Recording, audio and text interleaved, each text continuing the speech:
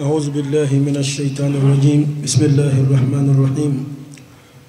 اللهم صل على محمد وعلى آل محمد السلام عليك أيها النبي ورحمة الله وبركاته أما الله تعالى فأبا بركة بي على مساي ذكر نغيلا أنا ولاندا نيا بلا رمي أمينا تاي نينغالي دو دي كومبامبولو min bora ambalima do yoro ñini ngali mununa bi ñeshi qur'ane bayma qur'ane aya do be ulu bulu walima ulu ka layni ka fili de bangi mawge ka foko qur'ane ti cey nango kuma no kan atime insha Allah amena o ñini ngali no de jabi to min tura ala amena o de jabi ka boy ka kunce ni wati laban kibarewi inshallah kuma ba kalama ñini ngali folo mi kumbambulu ka bo yoro o de ko ala kirayi ko islamay 100 milliards fla ñon so ou bien ay ko islamo yo mo milliards fla di bo jendu mesi ma milliards tama ko be siga ke ko di islamay cenyi anyo jabi ka ba ni mami mago bola iba soro kashiti temenena o ko fetuguni ko ala yinni ke qur'ane kuno tabati ada ko yinni anya daele ka français kala na bla ka kalan ka bampew nenni kile ati akuno anglela ka fuye nenni mi yoro muno ka boka jira ali sinu masika nenni boka jira tabati ada kuno una na kuma uya kai ba foluma kuma tabati ada ka awre du ganyi ngalime ko tabati ada ko ala yinni ke beyame ونرتا وغلو يورلا نو سورة القلم قال كو دوم كو زنيم نو يكنما دي انيو فن جابي سمول كون لانغو اي فميني نو فورا ايما اوتينني كنما دي نافرا مكو كنما دي غلوما دا الاو ناكرا غلو دي ياني ناكرا تشي انا ماكرو علي بلون ني كنما دي نغو با فايدي اي داتي دو فاسوك منا يكنما دي نتا odi kama dog me faso rebla umane nu ay miyo yo de fo ay namboro la unna foko qur'ane kono ko ala ba foko an alaw ko be baji la foko qur'ane ti cey an ati qur'ane fanshi ko ala ko an alawti nabi a français mando anglais do chinois do ango kanama do o ka boka jira ali bi masika boka jira ala ba fo ko an abi dawma nga an ala wote qur'ane kono abi an fa kumina fene anyo kun fo awiya o jabi bebe kashati folen kono ulu temenengo qur'an mimbe odi suratul kahf aya ko ala ko zulkarnaini الله تعالى في سورة الكهف آية بشكي أني ورونالا كوزول كرنيني أتارا دوكولو كليبين ينفانا كابي سي كابي كليبين توما بغندورو كونا كوجا أونغا على رتادو كو كليبي بولي كو على باين سلامو بي على مين بطو مية كورانا جي كو هاكلا كو كليبي بين بغندورو كو دو ديلا ulu ya famunu ka hakili famuni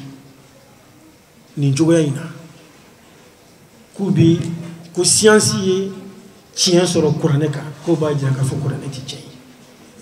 amena oro indi jabibi mi wara bi daw ka tuni ko ala ko meleka ku tembiri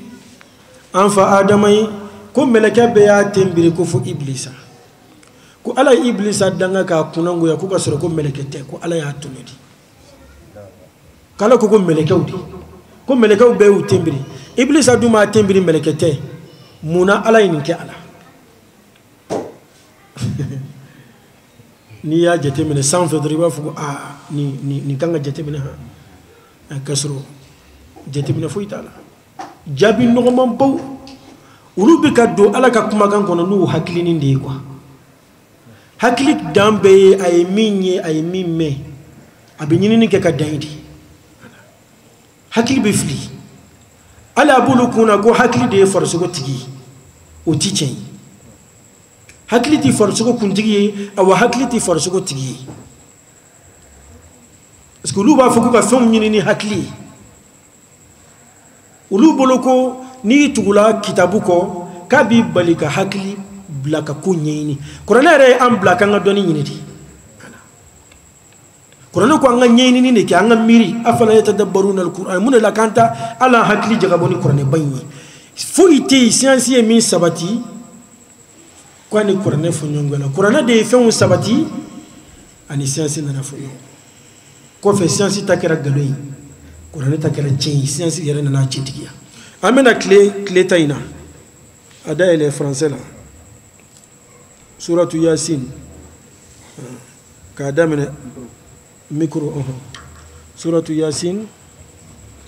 aya bisabani sabana suratu yasin verset 33 à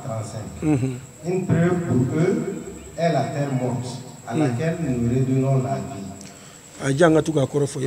ibi kangoro tana imba korofo une preuve pour eux est la terre morte. Koniye dalu doye uye abi suratu yasin de ko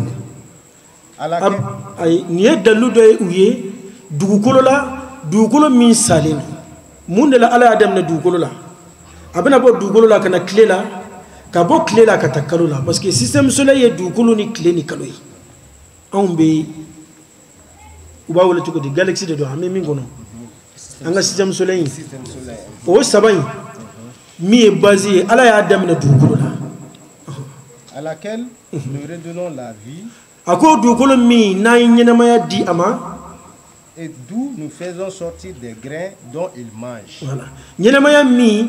nan keras no kerasobe ka yiridun fali ala yesanji di dugukolo inka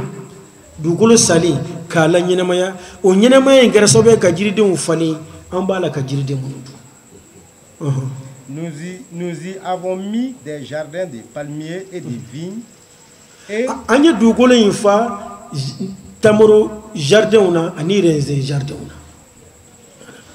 nako ke ala tamuru diun ani renzen ola yirden sugu ya chama et y avons fait jaillir des sources afin qu'ils mangent de ses fruits et de ce que leurs mains ont produit. Allah ta'ala ko ale ninke wala sa anyira bole bara minke anyira bena femunu sene du golena anga ulu du kanyira nafani ay ni am ko tini bela de me aya dem ne qur'ane la kuma imena labani mi ya adam na dugolo la kuma bena tan labani mi qur'ana mi fo ani science kala ka mi fo ba adam na qur'ana la ni qur'ana bana ameta science tala aflani arab kana ya ba kala arab kana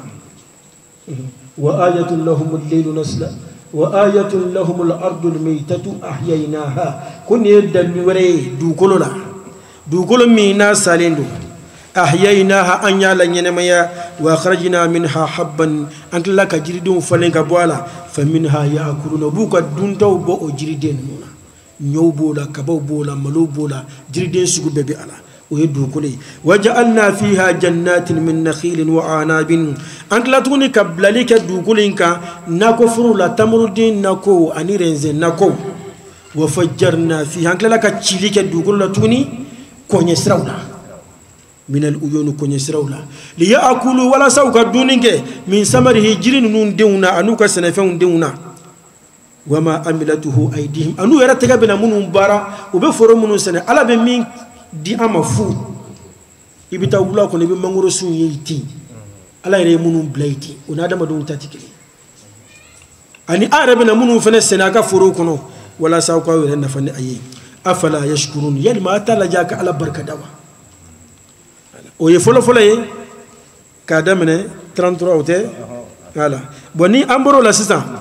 amena jumana flana wa ayatul lahumul layl ha naklela yoro dugolo fola ala damne dugolo la et le soleil court vers un gîte qui lui est assigné ko dugolo wa shamsu tajri limustaqarin laha zalika taqdirul aziz alim ko dugolo bala kabuli segaka et le soleil court vers un gîte dugolo bala kabuli ki kunda et clé voilà wa shamsu clé bala kabuli k'i kunda point dɔ de kan k'i kunda sabati yɔrɔ dɔ de kan voilà o kɔrɔ jumɛn ka objectif ye sabati yɔrɔ dɔ de a bɛ k'i kunda yen de kan telle est la détermination du tout-puissant, de l'omniscient. Zalika ni min filɛ nin ye ni Allahu Taala ka se n'a ka puissance de tile ban k'a bila a bɛ ka boli k'i kunda dan dɔ kan walima sabati yɔrɔ dɔ kan walima point dɔ kan a b'a ka orbite kɔnɔ a b'a la ka boli. Et la lune, nous lui avons et la lune, nous lui avons déterminé des phases jusqu'à ce qu'elle devienne comme la palme vieillie. wal qamaru qaddarnahu manazila ko Allah Taala kalon ay kalon allati ke ka kalon jigi yoro de ke kalola aw ma kaloy ay yelen bi bo dondoni ay bi dondoni fa bando be ke ba fo kurini ay kalo kete bo sisa ala ni beke kumina ay adam ne klela kabo klela ay adam ne dugolola kabo dugolola kana klela kabo klela abina kalola si ça abina kuma labani jimei ay laban kala français numéro 4. Le soleil ne peut rattraper la lune. Ko kle ti se ka boli ka kalo mene ni la nuit dévancer les jours. Chute se fieu ka kle kon ka concliner ka so abo wati masi. Et chacun vogue dans une orbite. Ko ni be ka boli aka orbite de kono. Chacun me nyashina jume masisa ka adam ne dukulu clé kanu. O de be wele ko système soleil. O de kama ibi ali mɔgɔ sɔrɔ diinɛ kɔnɔ minnu ma nin yɔrɔ in faamu olu bɛ hakilina wɛrɛ kan u t'a dɔn k'a dalilu bɛ kuranɛ kɔnɔ ka fɔ ala y'a jira ka fɔ dugukolo wo tile wo kalo wo nin bɛɛ bɛ ka boli de nin tɛ se ka taa ka ɲɔgɔn to awɔ bɛɛ kun dalen bɛ point dɔ de kan o bɛ wele arabukan na ko alimusitakaru nka a b'a dɔn min yɛrɛ kɛra problème ye bi waati laban in na a tɛ tɛmɛ san kelen kan NASA y'a sabati ka point yɛrɛ tɔgɔ wele ko apex solaire a b'a taper Google ka recherche kan français dɔ b'a fɔ ko solaire apex o kɔrɔ ye point min ni système solaire bɛ k'i kunda a kan a dɔ la n'a sera yen n'o y'a ko bannen NASA yɛrɛ y'o sabati nin waati laban in na n bɛna don sisan science ye mun fɔ nin ye kuranɛ ye yɔrɔ mɔgɔ ye nin ye i y'a faamuya bon sisan olu y'u nɔrɔ yɔrɔ min na n'o ye suratul kahf ye n'i y'a dayɛlɛ a français ma hakili a ma se français ma kalan ma yɛrɛ y'a mɛn ko Zulkarnaini taara tile bin yɔrɔ la k'a sɔrɔ tile b'a la ka bin bɔgɔndɔrɔkɔ la olu y'o gulon ye ne la k'ala ko tile bɛ bin bɔgɔndɔrɔkɔ de la ko ala yɛrɛ ma tiɲɛ fɔ voilà a kalan français ma filɛ suratul al-Kahf verset 86. Oui. Et quand il eut atteint quand il eut atteint le couchant, oui, il trouva que le soleil se couchait dans une source boueuse. Et auprès d'elle, il trouva une peuplade. Nous dîmes au Zulkarnaini, où tu les châties, où tu uses de bienfaisance à leur égard. Voilà, c'est bon. Ko ayi kunda dugolo klebinka Zulkarnaini fama baye ayi kunda dugolo klebinka atara soro klebika bin bogondoro kola abe seyit mami aya soro klebika bin bogondoro kola ala kamani joyi Zulkarnaini o ye jondo de mi me fi yeli ke na nye ka yeli kurane domba be afoni ninde ko nye ka yeli Zulkarnaini nye mi o Zulkarnaini e o mi de al anyere bo ye dungodu e bi bon asila kibita kay ibi se kay ka bek fitiri bi nga suriya kleb bi watima ibe kleb bi ndo kulu kofe ubi nga kay dona watima fo ande dona ka bek klebima nye klera bi ndo kulu kofe chendia eni kleb bi na kay kulu kofe afo kay be kay tu ni sumalo dona uta foko bomoko klebi bi 19h wa ni klebi na bomoko ami balo ni ala anunga famu yoro ni ala bika kuma do de ka kisaka atika kuma kleka Zulkarnaini masache bay ay jen kun fla be mara dugolo klebi na koron atara be mi ma ala o de fo anya mi a misalia fleni salamanta samaha aw nya bala adayele kan ni nte kle bindo e jikono ha kle bindo te ne baji kono o est-ce que tienu ni nya wala ta foka bina baji kono mais est-ce que tienu la bina baji kono ni ndi ya misalia flana fle yoro janfe ibi kle yoro ja bala ka bin kuluk sanfe abala ka bin baji kono salamanta yaay ka nyewa ala fle asuruma era de fle kle bindo fle baji kono jindro ko kono ha atiku du dugula mo dugula million chama de kli dugula nyongo million chama de kli awa kle bini boli na dugula fene ba kwa fitini abe munumunu ayre la abe munumunu kli la kalo fene be dugolo fene ga petini kalo yi dugolo fene ga boni kalo yi shem bachama aklita dala scientifique di badado ulu bugu o boli mingede qur'ana ni de sabati yasin kuna ka fuku kadam ne dugolo la ka bo dugolo la kana klela kana kalo la ka klatoni wa kullum fi falakin yasbahun koni kelengelen bebe aka orbiti kona be ki nodi au kata scientifique be photo min bla aw be kleni kalo be ka abi noro yilin bododi iba fuku baji udu ku no de kono kwa ni ya leje nu e klebo ka kalobo ay klebo ka dugolo bo ka kalobo iba e or ibi yoro minyi iba e ba fuku ira ba santi ka fo ni be ki nodi ala re termi fo ala odi bana akila ni sabati la be ikara kala gala sugo sugi Qur'an malaki bolo kaon kana ala ya sabati depuis science yerati Qur'an jigina ni ala kiraka ni na sam bakili ni kemenani ani koy mena scientifique ou fait ça na jela ba fo da jera prevu be Qur'an ko na yayi u yemi fo lu de ma fam afam yala si ça akoro fo lawi ulu yemi ya be ka glomina abe fo ma ko nyaka yeli na ala ra kuma na kle ka yoro mena o de yasin ko ne bu ali karamo mun bi wajulu ka fo ko dugolo kati boli ka korlinte ulu man yoro ifam ali ni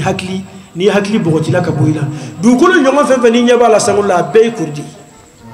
iye dolo la ja poila ma kurla mano kle bi bo korido kalo bi bo korido o sera ka fiye ko dugolo kurlima aya kilinte Qur'an ko ko ala ba fo ko dugolo kurlinte wali ma tibuloti aya kilimpeti ala re fon guridi ka hakli dama kanga ta nyini slema rebe mo ko shuka ke science ka doni kan kwa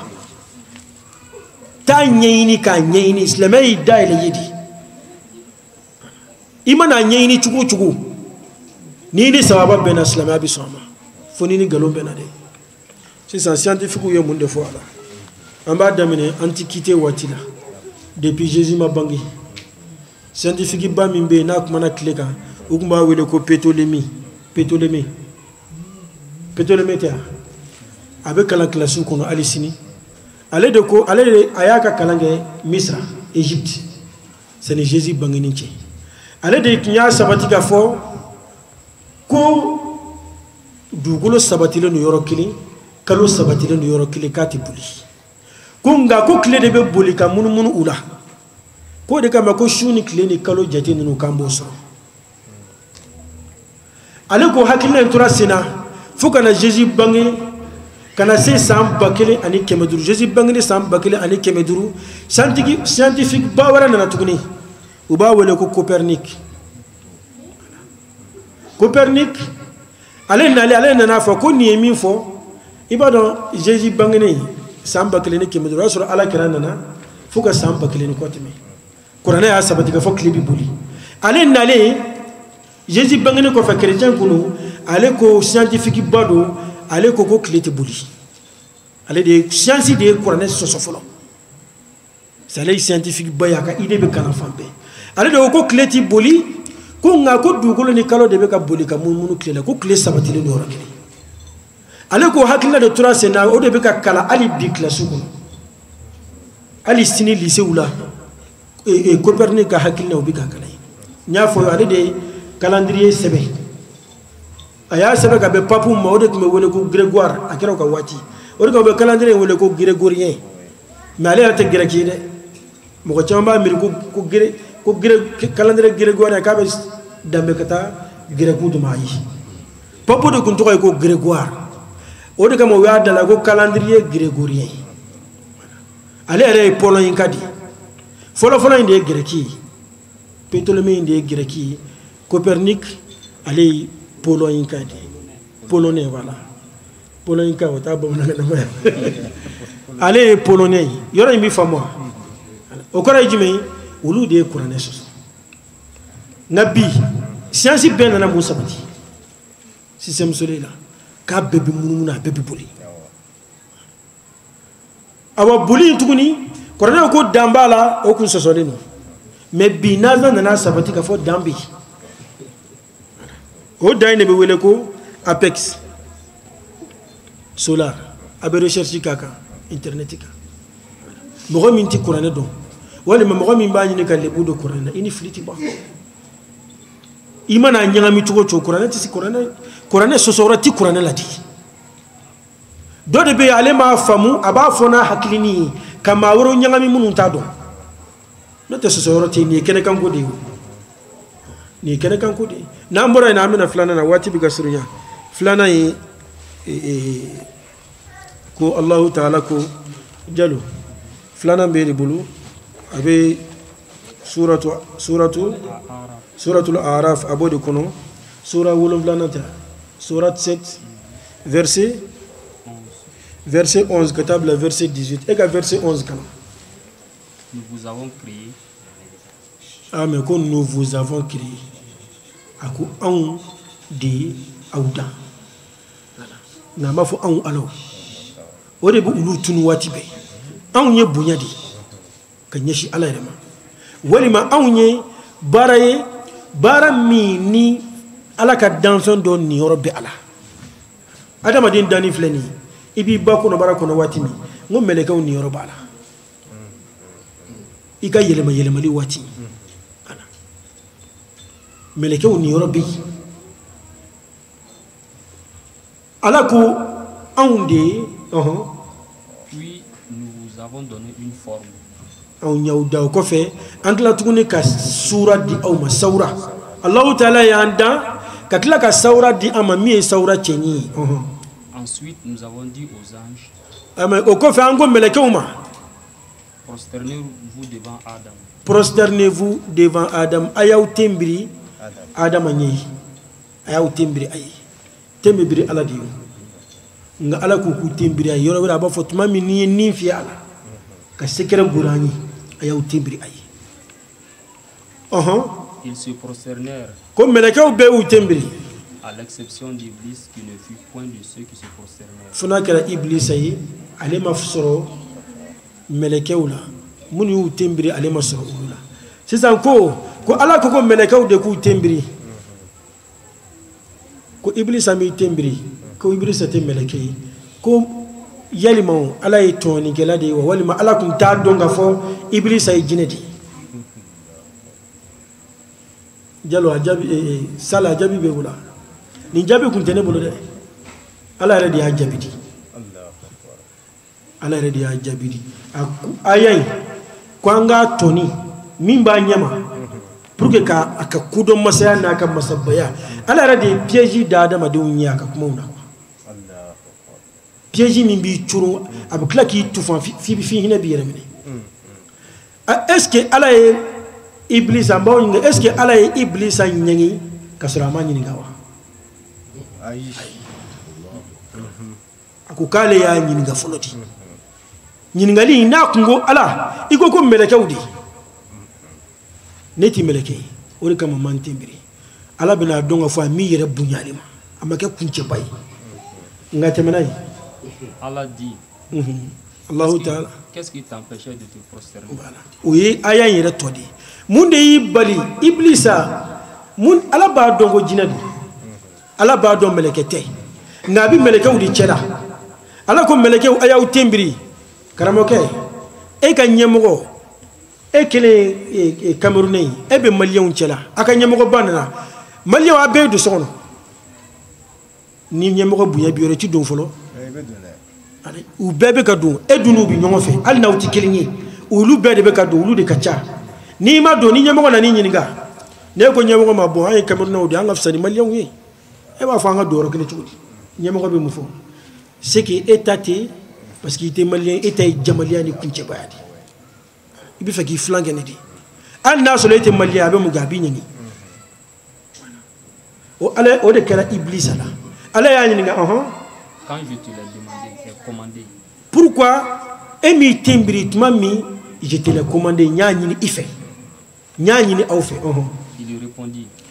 a ye jaabi di ala ma je suis meilleur que lui voilà je suis meilleur que lui n ka fisa ka tɛmɛ ni adamaden kan o kɔrɔ ye jumɛn ye ala ma Iblisa ɲɛŋi ko parce que ala ko ko mɛlɛkɛw k'u tembiri k'a m'i tembiri ko jinɛ do dɛ na ala b'i ɲininka di i bi ala la convaincu hali ɲɛmɔgɔ n'i ye ko dɔ kɛ a b'i ɲininka i ka jaabi i bi minɛ ni o de ye a ye jaabi min di k'ale ka fisa ka tɛmɛ adama kan tu m'as créé de feu e ye ne dan ka bɔ tasuma la alors que tu l'as créé d'argile e do ye nin dan ka bɔ bɔgɔ de la bɔgɔ ye jukɔrɔfɛn de Allah dit Allahu Ta'ala ko la descends d'ici jigi ka bɔ yan pewu o ye ala dimina kɔrɔ tu n'as pas à t'enfler d'orgueil ici a ma bɛn i ye e k'i yɛrɛ funu ni kuncɛbaya ye ni ala ɲɛkɔrɔ i y'a ye a m'a fɔ fiyewu ko i bana n ye mɛlɛkɛw bila la i ye jinɛ ye i bana parce que i ye jinɛ ye ala m'o fɔ dɛ a ko i y'i ban parce que i y'i funu ni kuncɛbaya de ala yɛrɛ bɛna a jaabi di a ma bɛn i ye i k'i funu ni kuncɛbaya ye ni ala ɲɛkɔrɔ sors te voilà parmi les méprisés bon ni y'i kelen ye maaninw dɔ ye ni yɔrɔ jalen ka bɔ ni ala ka nɛɛmaw la est ce que a y'a faamu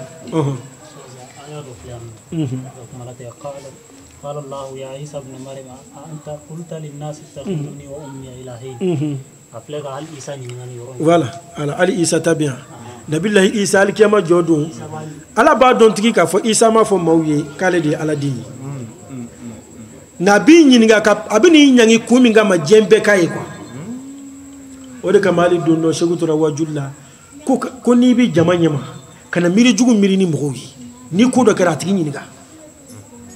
ini furumuso ni ko kara nyinga ini tiri ni ko do kara ni ma fam karsa yeni ke munila ala be kan nyire de kara aya nyinga na kunye doin fo ala kimi joro badi di amo ala ma nyinga ka bina nyangi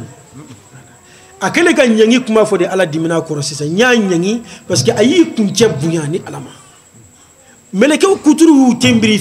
adama ye ebi muruti ki jama ki ban ka kila tunu ka fo ke ka fsani ayi ke dana ka bo tasmayire na ni dana ka bo bogola meleke dun dana ka bo norola ni ala ye to la meleke tuna fo ala ni kelen ni manyede anya tembiri ayi ni me jama chogodi andu nga fsani ni fini ye ala be isa nyiniga ya isa ibn maryam ya maryam dinga isa ya tafuf isa bay maryam di ya isa ibn maryam a anta qulta lin nas ittakhizuni wa ummi ilahaini yelima edeku adama duma ayneni mbamine kange alayiwa yelima ala be ngeli gala kunta do ala me abuna munike munu kanga nyangi de aga ciden jolen fle mena nyinga be jabi di ni mbaw nyangi ni daludi ni timatu ti danfento yo ulube ka fega yoro min ke ka defo bla qur'ane la o yoro yara de be alaka ala ya sabati quoi ka qur'ane ka centi ya sabati est ce que yoro ni famia ala ya nyinga folo ako kale ka fsala atokala accorde-moi un délai ya ka kuma mi ale ala ma tubi nyini kwa ama yafa nyini ala ko bo ni farama nun kwa ika kunche baya sabu yala iku mangi funu ni akile oro be bi yafa dile ala fe be tubi kasi ngama tubi ay munefo ko accorde-moi un délai wati dia wati mi tenni mene kana fa jusqu'au jour où ils seront ressuscités ntui ika wati jan fo domi shubi na kunu kana mfaganto yi kan tuiti ibi mawfe mununga dele nu ya nyini ni ala jenana ika duma ibo mawfe ukora jume iye mi nyini nya dima parce que wati jange ibi nyuma ya dola mbi sara ni uyi puisque tu m'as mis en erreur akakuma la mede kumina ene bla mami kumina ienge ma tourner ka seba keni kunche bayenge je m'assoirai pour eux sur ton droit chemin mben sigi nunu nyema ala utina sigi ka sira tama fiyo alayhi kali ala yare koroka ka kele wuli ka shin alama ama tubi sira ta fiyo ali ni directeur e ga mogodo ni ke ka eko ama anga ke ali tindiguyi la cour dama officier kelembala enanu be siglen soro iko la cour aw be ka wuli ka boy afa bi abe wuli ka boy la cour be wuli officier ma wuli e de yu ganye mo baye ko ama che ne ko be ka wuli du sigleno akanga fode ko mi ko la cour de kam ne ma wuli ne officier de ngale ka fusi ga foti e bi ne ni nunu ke kilin chuko ngoni ka fusani nunu ya ka dishi daila ka jama kwa oro be abanyi ka nyangi tukuni ka jira ka fa man nyangi parce que afara ko la cour ka wuli ale si ka officier de ayi sigi parce que ka fusanu ale jamani no ama to nyemo ko tala iblisa kunangu yala ni kama wa matubi nyine tu ako alama menan sigi unika srache ika sra imbin sigi una cheutata puis je le asseillerai de devant o ko fe mbin na umani nyefelai de derrière menu mani ko felai de leur droite et de leur gauche kini wo numa wo mena nu mani fam bedi wala sa ku bali awnyete dugoro la biwa jamakulu de iblisa jamakulu Qur'ana raka cendigiya de kuma ala kira kuma munu fo masu dajjal na nyongo shitani nyemo abbe sabati labi adalu bi kene ka fambe kafirke nyekile raka dalu rati dugula tu ibi artisu ye munu mbako ibi president ye munu mbako ibi wajulu kala ye munu mbako ibi biaka jama be ma fasu bela munu mbala ka kafiriya de defensita ka Qur'ana kele ore kame baye kene jalanga do be nyakili dengele de dese wira na utadu ubi tirangili kedro ka nyakili dengele ngako ubo nyakili wule ko omicron ibo korodo ko o fitini micron bi na fo fitini ba fo ka kanay omicron mais ulu era ba fo ko nyakili mi bi fenye nyeflatiku te mi nyakili dengele mi be fenye nyeflatiku te mi ode kama amogo bado be Egypte bado ko nunu chaman be asurusu bora Egypte depuis watijan o esabeli doke ko Qur'ana kono ala ko tumami we chenyi ni gato samiru ni ga munela ay turani nketa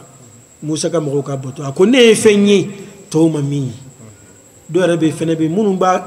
barajugu nunu keni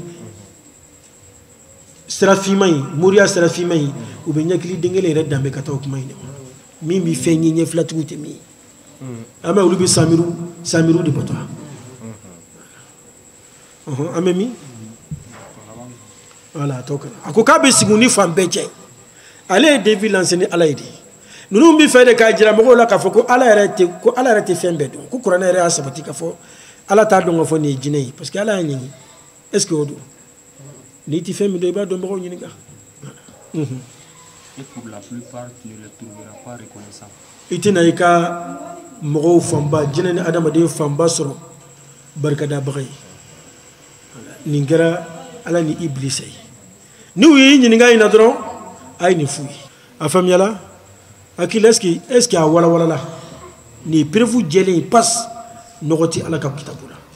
nu nana ni yoro yi amba be wala nga donnoni bunya kuno ani kirama kuno anti mashi jugu ala ikira bolisonay ikira jine botulay ikira koloni filay ikira laturu dalaye anti mashi kele imana ke mauma e balma do bi nani nyongo cenno yi adama diyay am nyongo ko sisuko ko uyani reka tasray ani bebe kun nga dine balma ka bo ambulo katime balma beka nganti nyugo mashi la ke ni ke bagay nga niki bi tun ala ka kitabu la ambi jabi de